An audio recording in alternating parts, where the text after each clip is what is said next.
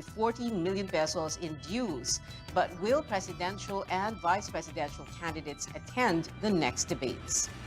Only adults with existing illnesses can get a second COVID-19 booster shot by Monday next week, as the government approves another brand of vaccines for booster doses.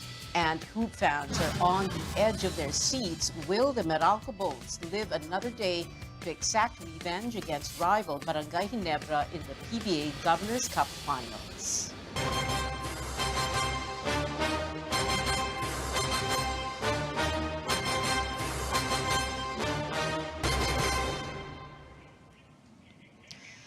No face-off among presidential and vice presidential candidates this weekend. The last leg of COMELEC's debates will instead happen next week under the poll body's new private partner. Its previous partner failed to pay 14 million pesos in dues. Our Melissa Lopez has all the details. COMELEC is forced to reschedule its last debates for presidential and vice presidential candidates after its private partner Vote Pilipinas was unable to pay 14 million pesos for the venue. Instead of April 23 to 24, the vice presidential debate has been pushed back to April 30, while the last presidential debate will be held on May 1st.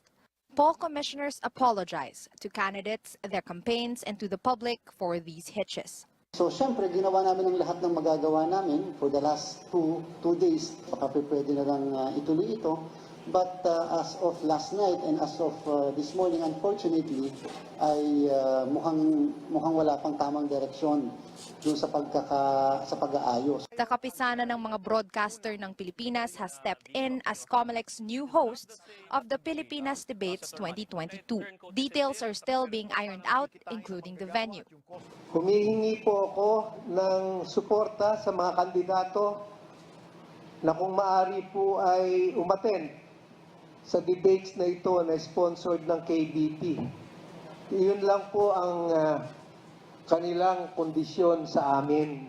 9 of 10 presidential bets and 7 out of 9 vice presidential candidates took part in previous debates. A March 7 agreement between COMELEC and Impact Hub Manila, the company behind Vote Pilipinas, states that the private firm will fund all expenses for 5 debates, including a 20 million peso bill with Sofitel. Of that amount, Impact Hub has only paid. Letter seen by CNN Philippines showed the hot-on to requests for comment. The next debates will follow a town hall format where sector representatives and audience members will be allowed to ask questions directly to candidates. Melissa Lopez, CNN Philippines. In a document obtained by CNN Philippines, a senior poll official suggested that COMELEC sever ties with Impact Hub Manila. The commissioner said the poll body should rescind its contract with the events company. CNN Philippines is seeking Impact Hub's comment on this issue. The Ping Lacson-Tito Sotto tandem may skip the rescheduled COMELEC debates. Senators Ping Lacson and Tito Sotto explained they already have prior commitments in the coming days as the campaign reaches its final stretch. For Lacson, the past 2 COMELEC debates are already enough. I've proven myself in the last 2 presidential debates and other forums.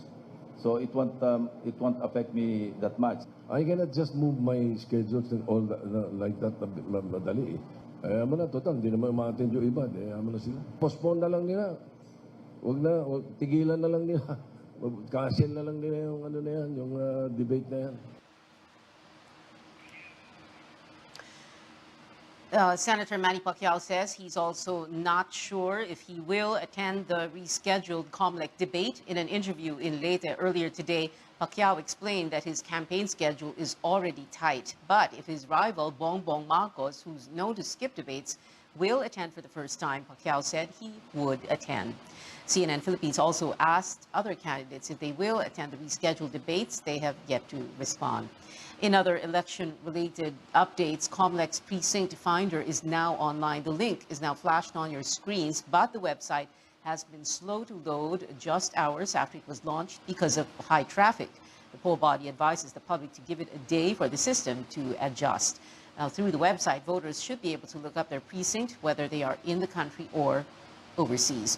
COMELEC released a resolution today designating 8 regional hubs that will stand as repair centers for faulty vote counting machines. There will also be 82 replacement hubs as SD cards on voting day, or 4 SD cards on voting day.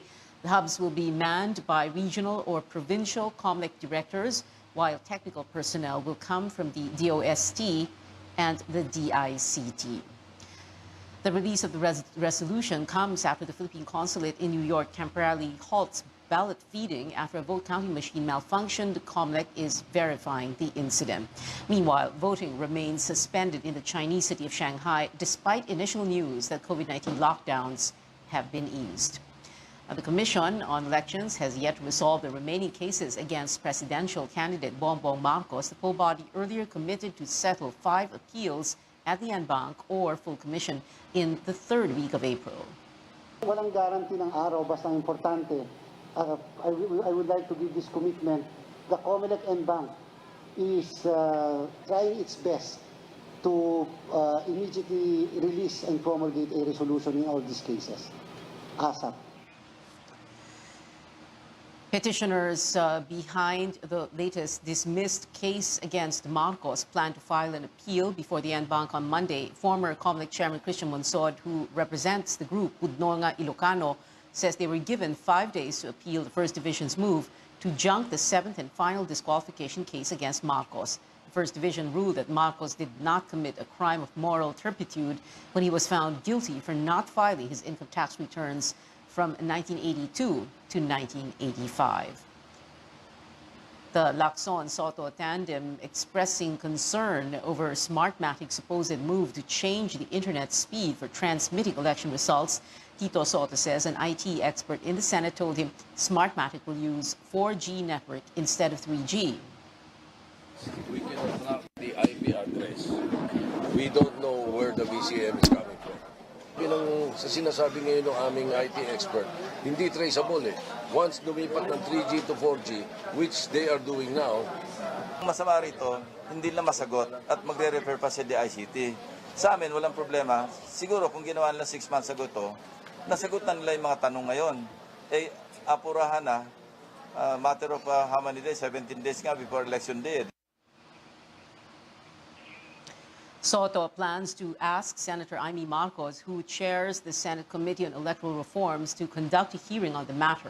And Labor Leader Leody de Guzman marched. Ninuno sa kanila. Yun ang importante kasi pag hindi naibalik sa kanila yan, eh matutuloy ang paglaban nila at matutuloy ang kaharasan, eh baka may mga insidente pang mangyari sa hinaharap. Nagkasundo na kami nung katutubo na mag-file ng kaso at nasa process na ng pag-file ng kaso. Pangalawa, kausap ko si Brigadier General Acorda ng Regional Director ng Region 10 at sabi niya, pangako niya sa akin kahapon ay iimbestigahan niya yung mga pangyayari. A new video sheds more light on the Bukidnon shooting. One of the members of the Manobo Pulangihon tribe shared with CNN Philippines a cell phone video documenting their visit to the disputed ancestral land and the firing of gunshots. Becca, which is not her real name, says it was her first time to visit the area in Quezon Town since most of the Manobo families live outside their ancestral lands. She adds they entered the area with a white flag to represent their peaceful intentions, while some tribe members bringing legal documents, in case they are questioned.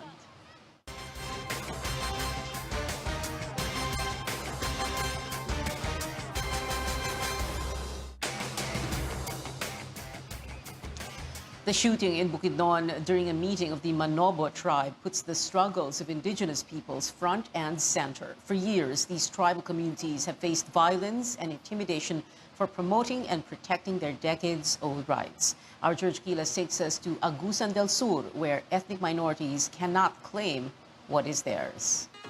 President Duterte has recently awarded over 38,000 hectares of land as ancestral domain to the Banwaons of San Luis, Agusan del Sur. This means the indigenous people have the right to own and cultivate this land. But a traditional leader in the area says while the tribe has a rightful claim over the land, they cannot move around freely. Dato Matibulig claims locals are being harassed and intimidated by a group of armed men. malaking bagay sana doon sa amin kasi wala na totaling NPA. Pero ang problema, hindi nakakabalik doon sa kanilang lupain ang mga IP dahil pinagbabawalan. Sinusolo nila at ginagamit ang dahas. Dato Matibulig says the armed men in the area are engaged in illegal logging.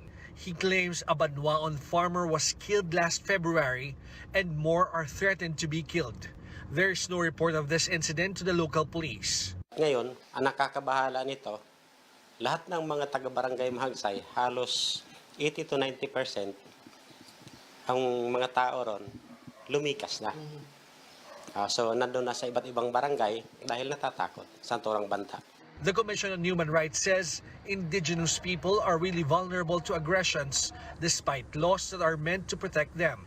Even the National Commission on Indigenous Peoples admits there are cases of undocumented harassments and intimidation to indigenous communities.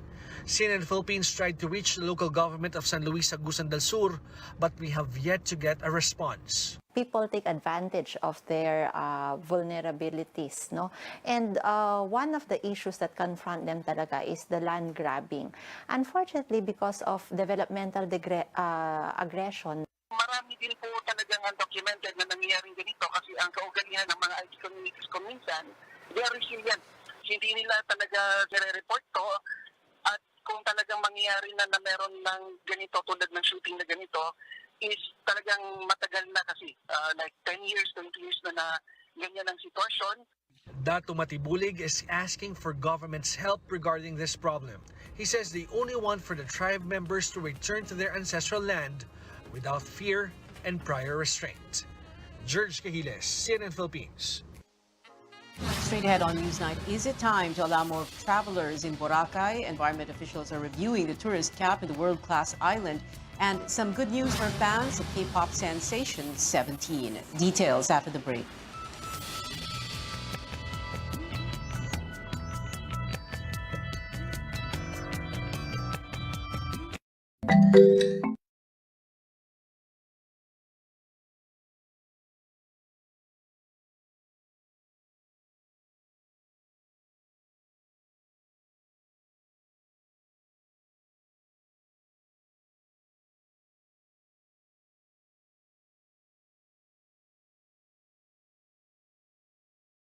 Dine and have coffee, convinced that the worst for the travel industry is over. I came 10 days ago, and I went to Palawan, to El Nido, to Coron, and all the trip was really nice. My first time in the Philippines, I'm really enjoying it. The trip in was very smooth. Airport was amazing, and they gave me a nice little what was it, a sash? Felt like a celebrity here in the Philippines. All pretty smooth. Hopefully now every other trip I make will be even better. The World Travel and Tourism Council groups the world's largest hotels, airlines, airports, cruise ships, and tour operators. The council expects the industry to return to pre-pandemic levels by 2023, sustaining a rebound that began last year.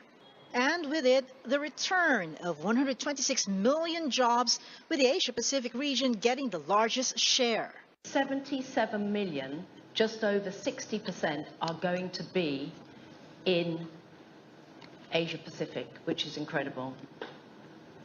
And we forecast that travel and tourism's contribution to the economy will grow at an average annual rate of 8.5%. So that's obviously higher than it is globally. The way forward is to make international travel seamless.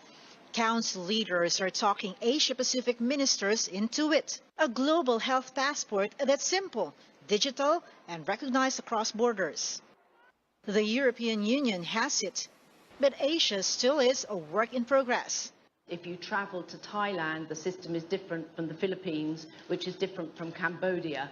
So they are actually, within Asia-Pac, looking at trying to coordinate at a ministerial level. And we will call on the US to please relax all remaining restrictions. Australia has a system, the US has a system. India, like here. And India has a system. Those are the really big, and China. We start first with the ASEAN, maybe Southeast Asia, smaller, to see how we can all unify our health protocols. But actually, more importantly, is to... Sun out. The hardest part is going to be convincing different governments. It would be nice to be able to use your phone to just show the same form. Industry data show there were about 3.9 billion people hunkered down at home during the great lockdown. So there's pent-up demand. The industry wants to prepare the red carpet for them and less red tape. Lois Calderon, CNN, Philippines.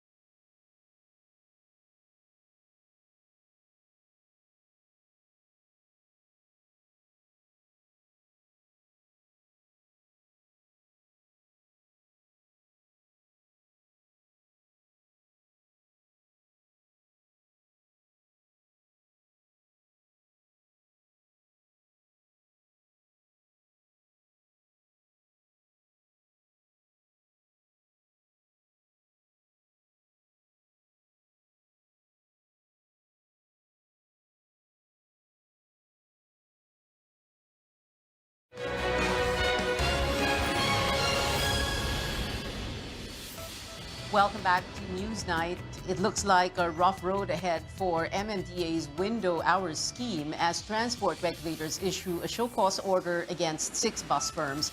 The LTFRB ordered Victory Liner, Bataan Transit, 5-Star, First North Luzon Transit, Maria de Leon, and Genesis to explain after a number of passengers were stranded. The board blamed the bus operators for failing to deploy enough buses to Metro Manila, despite allowing them to operate from 10 p.m. to 5 a.m. Officials earlier stressed operating within the window hour is allowed unless if they use their private terminals along EDSA, which is prohibited under the law.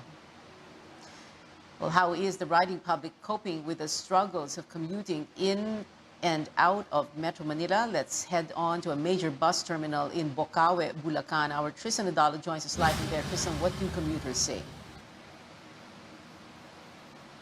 It's inconvenient, impractical, and risky. That's how some commuters describe the implementation of the window hour scheme on provincial buses, pushing some bus companies to schedule trips at night. The LTFRB and the MMDA are standing firm on the policy, while provincial bus operators are appealing to scrap the new rule. Now caught in the middle of this experimental policy, the riding public.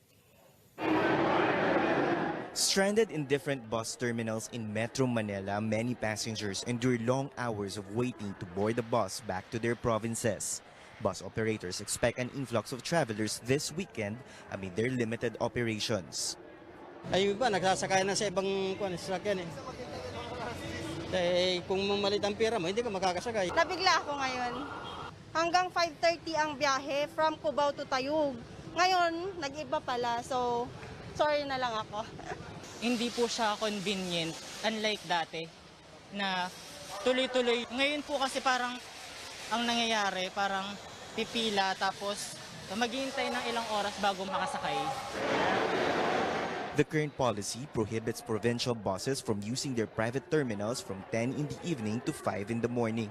But the LTFRB clarifies this does not mean buses can only schedule trips at night.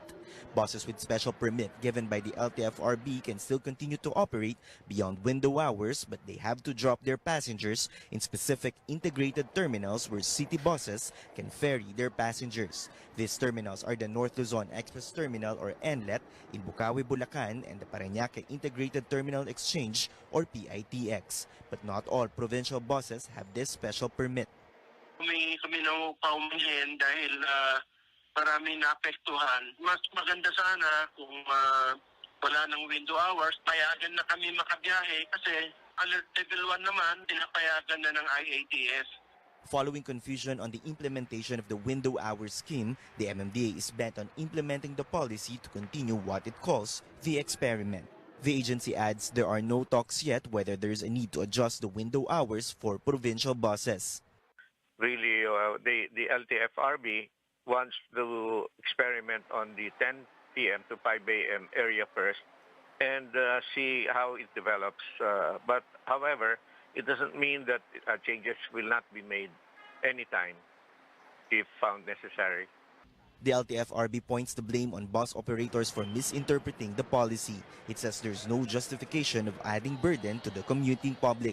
Iniipit lang naman talaga ng mga provincial bus operators, ang government regulators. They have made thousands of passengers suffer. We will hold them accountable. A lawmaker slams the bus policy, saying this could potentially increase the risk of a COVID-19 surge. Senior Citizen Party List Representative Ompong Ordanes adds the provincial bus policy shows a lack of compassion to travelers.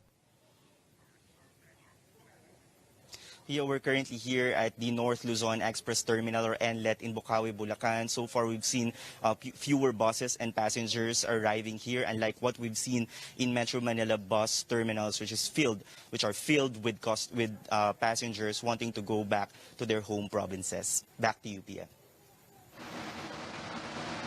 Tristan, what are the alternatives for commuters since the government has yet to lift this window hour scheme? Some commuters are availing the offers of colorum vans and vehicles. Others are looking for carpool services online, but we have to remember that these are more expensive compared to regular bus fares. Plus, there's also this issue of commuters or commuter safety when they avail these services. Back to you, Pia. Tristan Nadalo there joining us live from Bulacan. The government will begin administering second COVID-19 booster shots nationwide on April 25th, but only for adults with existing illnesses. Health Secretary Francisco Duque says he only approved giving the second booster shots to patients with cancer, HIV/AIDS, and immunodeficiency, those who underwent organ transplants and are undergoing chronic dialysis and the like for now. They can receive their second booster as early as 3 months after their first booster shot. Ito'y nililimitahan muna natin para doon sa mga individual na immunocompromised. So, lalabas ito lahat sa atin implementing guidelines na binubuo na ngayon sa kasalukuyan para next week ma-roll out na natin ito. Duque says the Health Technology Assessment Council will still review guidelines for the second booster shots of senior citizens and the healthcare workers. Health spokesperson Maria Rosario Vergere notes 95% of medical frontliners have received their primary dose, but only 49% got booster shots. The Food and Drug Administration has approved the use of the single-shot Janssen vaccine as a booster dose for adults. The Janssen vaccine can be used for those who received Janssen as their primary series or 2 doses of AstraZeneca, Moderna, Pfizer, Sinopharm, Sinovac, and Gamaleya Sputnik Light. More stories ahead on Newsnight. Trending online, K-pop group 17 announces the release date of its 4th studio album. And after Game 6's postponement on Wednesday, Ginebra and Meralco are back for the PBA Finals. Find out who's getting closer to the Governor's Cup title when we return.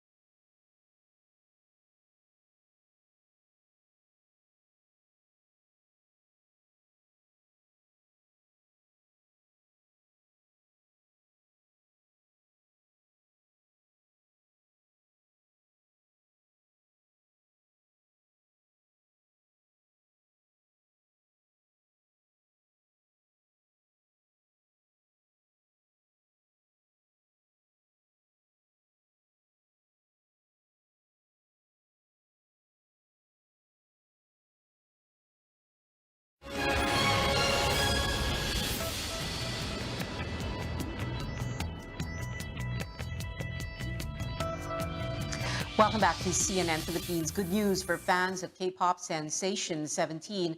The boy group's fourth studio album is coming very soon. Face the Sun arrives May 27th. This will include 17's first English single, Darling. The music video that dropped last week has reached the group's lucky number in views, now at over 17 million. Heading over to the PBA, it's either the Gin Kings win the Governor's Cup title tonight or Meralco Forces Game 7 on Sunday at the Philippine Arena in Bulacan. Game 6 is underway, but if Meralco keeps its current lead in the first quarter, 15-12, Meralco, the Bolts, still have a shot at bagging its first PBA title. Head on over to our social media platforms for updates on the results. And before we go, today marks the 51st anniversary of Earth Day. This began in 1970 because of growing concerns over air pollution from leaded gas. And it's become the largest observance in the world, celebrated in nearly 200 countries. Today, you can honor our big green planet in your own way, whether it be through simple gardening or recycling. Happy Earth Day to everyone.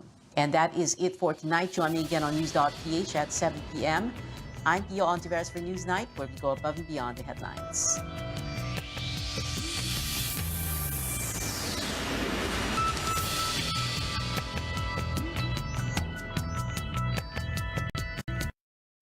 This program is brought to you by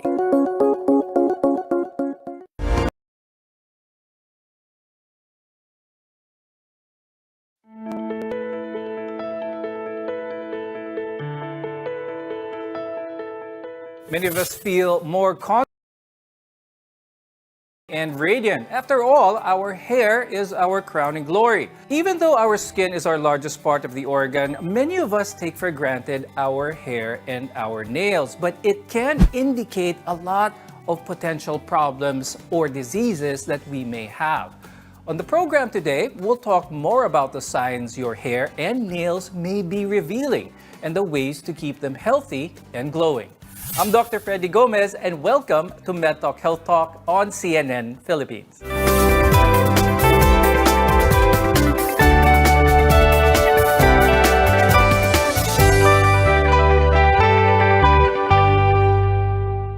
From falling hair to brittle nails, it's vital to know what these body parts are telling you in order to address the underlying problems.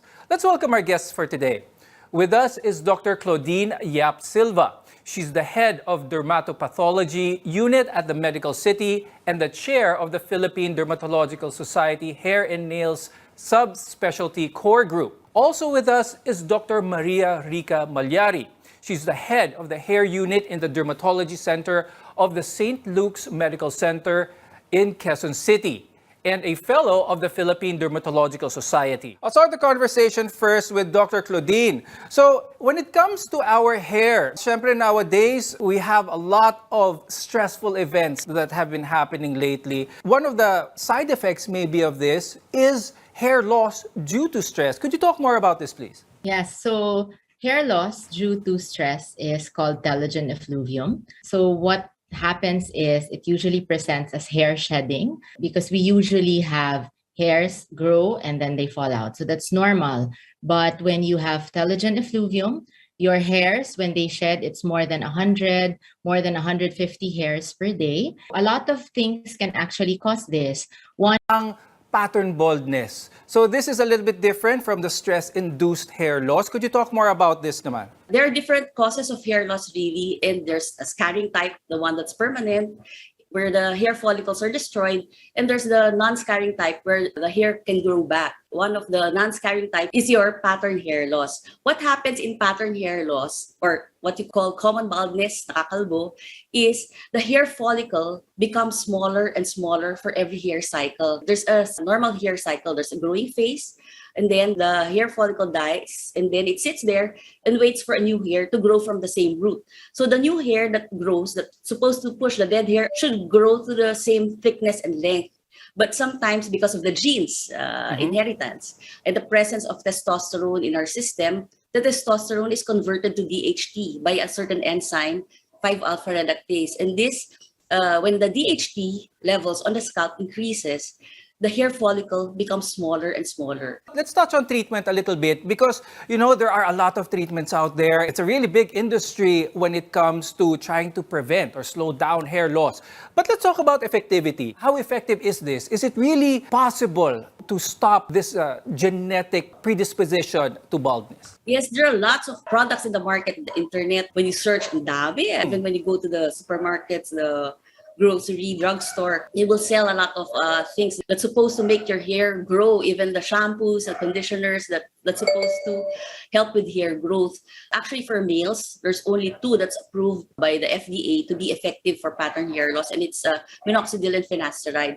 But for me, actually, the patient, the one who's experiencing hair loss, should first seek treatment with a dermatologist from our society to check if it's really pattern hair loss, because there could be an underlying medical problem. It might not be pattern hair loss really. So seek consult with a dermatologist first before getting these products. Now, I'd like to talk about contact dermatitis, specifically those yung masyadong maraming nilalagay na products, the use of hair dyes, always those who color their hair. Dr. Claudine, could you talk more about this? What are some of the symptoms that the person may feel that their hair and their scalp severe, that they can get really puffy, the entire scalp, and even the rest of the face. In connection with that, is dandruff connected in some way to that? Or could you talk more about dandruff naman, Dr. Claudine?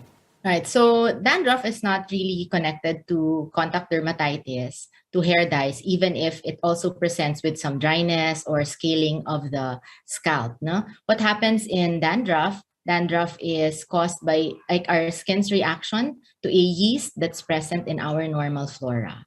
And it may be triggered by a change in humidity or a change in the temperature. So usually our patients with seborrheic dermatitis, this is like the scientific name or the medical term for dandruff. It usually happens during the colder months of the year, and they present with itching on certain parts of the scalp with some dry patches. And you can also have this on areas of the face. So for example, the eyebrows, the in between the eyebrow area, the sides of the nose, even the upper cheeks. You can have this on the ears.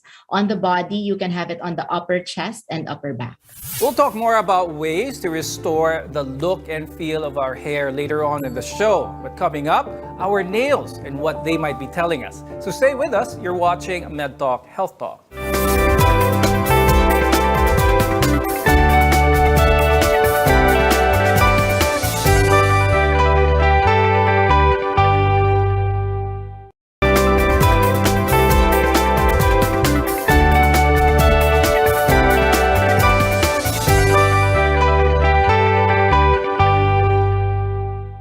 I'm Dr. Freddy Gomez and welcome back to MedTalk Health Talk. If you take a closer look at your nails, they might be giving you clues about your overall health. So let's talk about what signs your nails may give and the do's and don'ts of caring for them. So much like our hair, we often take our nails for granted. We can trim it, color it. But are there underlying symptoms that they can reveal? Dr. Rica, when it comes to our nails, are they made of the same material as our hair? What's the connection between the two? Actually, the hair and nails are made out of keratin, so it's very thick. The nails are there to protect the skin because a lot of the fingernails and on the fingers and the toes, there are a lot of nerve endings, and the nails are there to protect it. That's why when certain times when you hit your toe or your finger, it's so painful because there are nerve endings there. So the nails are there to protect your fingers and the toes. And sometimes when you get problems with, like, if you go on a diet, you lose your hair, and you find changes also in your nails that show that there's some deficiency in your body, like vitamins or mineral deficiency. When it comes to vitamin deficiency or other systems in the body, how can they show up in the nails? What will our nails look like kapag, let's say, may problema tayo with our circulation, with our heart? Sometimes when you have first biotin deficiency, the nails become brittle. So if they're soft, the tips are a little bit broken off easily. When you have your iron deficiency, it becomes spoon-shaped. The curvature is not there anymore. It becomes flattened.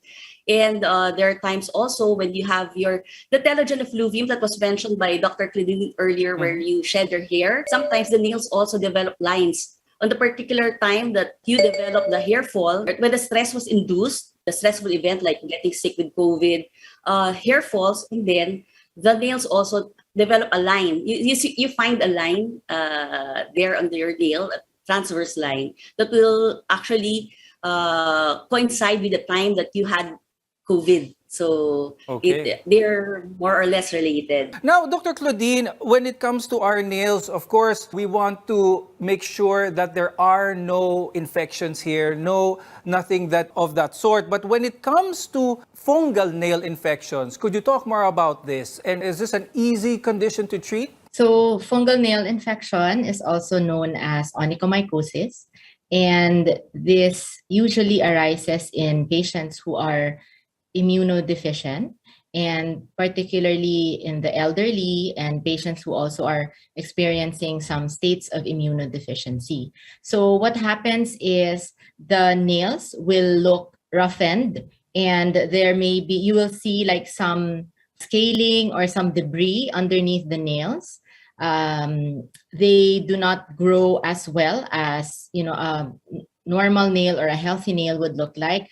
They usually arise on the toenails first, and you may have it on the fingernails afterwards. Now, a common habit that might be causing damage is nail biting, because about half of the kids and teens bite their nails, and many carry them over to adulthood as well. Dr. Claudine, why do some people nail bite, and how does it affect our nails? Yes. So nail biting may be a cause of secondary to emotional or mental stress. So, it's important to recognize this, as these stresses need to be addressed. Now, when we do nail biting, then we are more prone, or we have a greater risk for infection, because when we bite the nails, it's not impossible that you can also cause a break in the skin.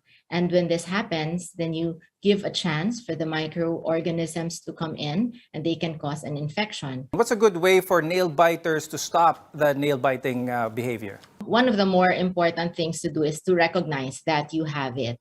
And the easier, I would say like practical things to do would be, of course, like you can cover the nails, you try to keep it short. You can even, there are things that you can already apply on the nail to make it not taste good or have like some bitter taste, so you end up not doing it. And of course, to address what is causing it, you have to, seek consult with a psychiatrist to see if this can be addressed. It's also, they can teach you how to do like behavioral modification for it as well. Now, Dr. Rica, you mentioned earlier about the hematoma on the nail because of trauma. And since we're talking about nail dystrophy, certain things, let's talk about that, especially pag sa paa, sa toenails, makikita yan sa mga mahilig sa sports, or ito yung tinatawag na patay na kuko. But aside from that trauma, is ill-fitting shoes a possible cause for this type of condition? Yes, sometimes nail dystrophy or color changes in your nails can be due to ill-fitted shoes. But you have to address this also, because the discoloration on the underneath your nail can be another thing rather than a hematoma. It could be a melanoma, like cancer of the mole. It's like the change can be similar to a hematoma. So it has to be evaluated by a dermatologist if it's really caused by that. Regarding the nail dystrophy from ill-fitted shoes, because sometimes it causes nail changes, like it looks like a patay na kuko. Actually, it's not patay because it grows. But sometimes when you have this nail dystrophy, you can have a secondary fungal infection that will affect that certain toe. So it has to be addressed too. Your nails say a lot about your health, so don't ignore any changes in it. So when we return, we'll take a closer look at ways we can keep them healthy and nourished. Your health is our mission here on MedTalk Health Talk. We'll be right back.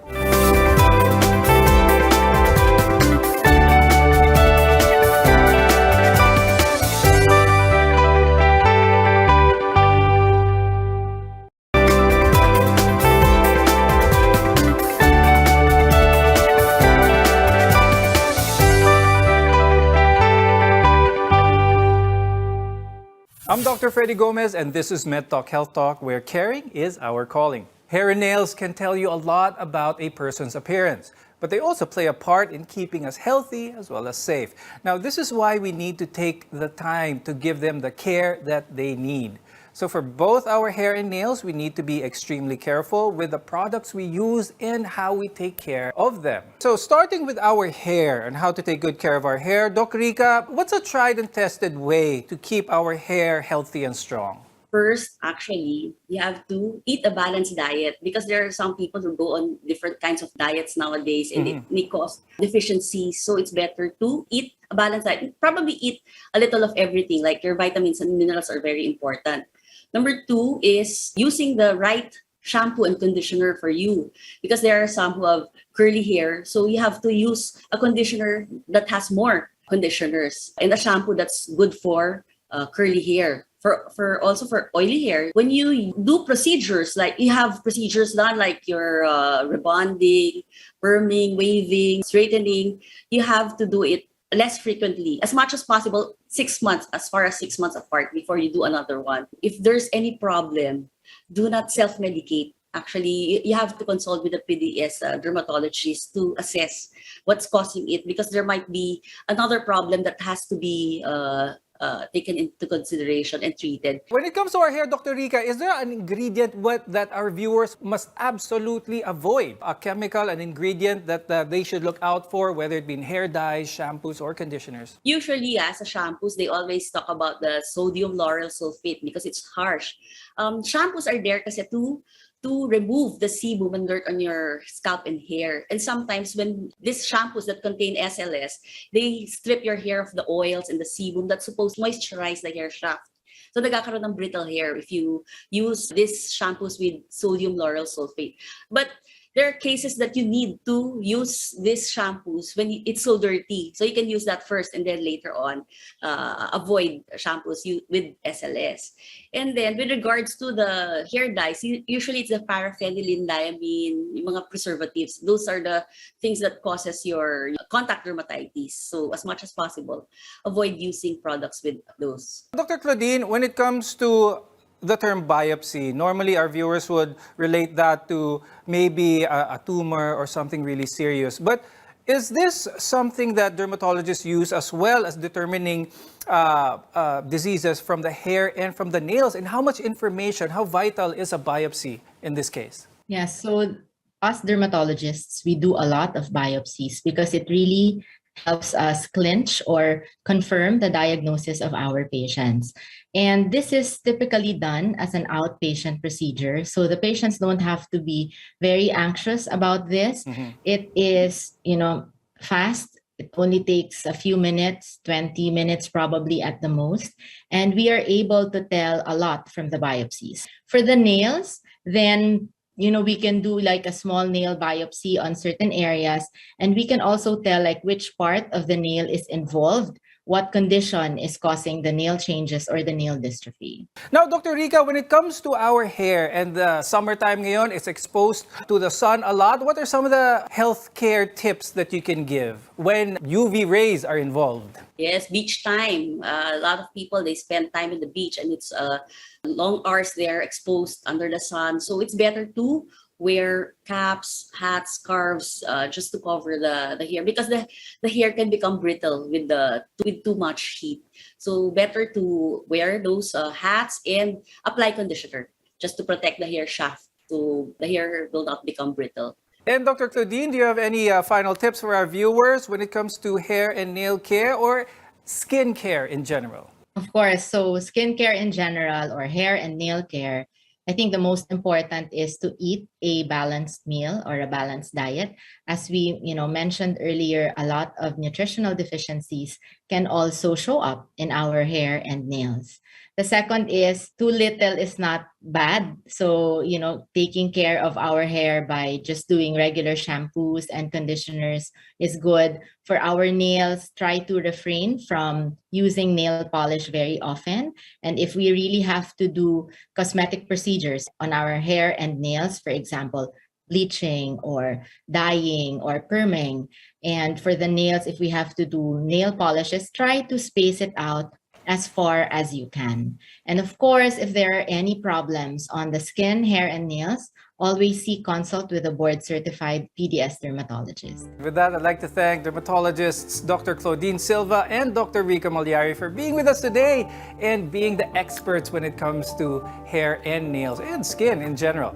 I'm Dr. Freddy Gomez, and we'll see you again next time.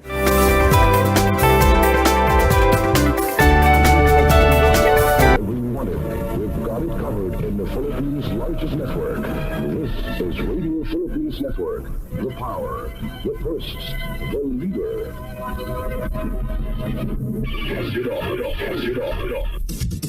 El de Con Todo suena claro y vapor sa estasyon de radio na entero Western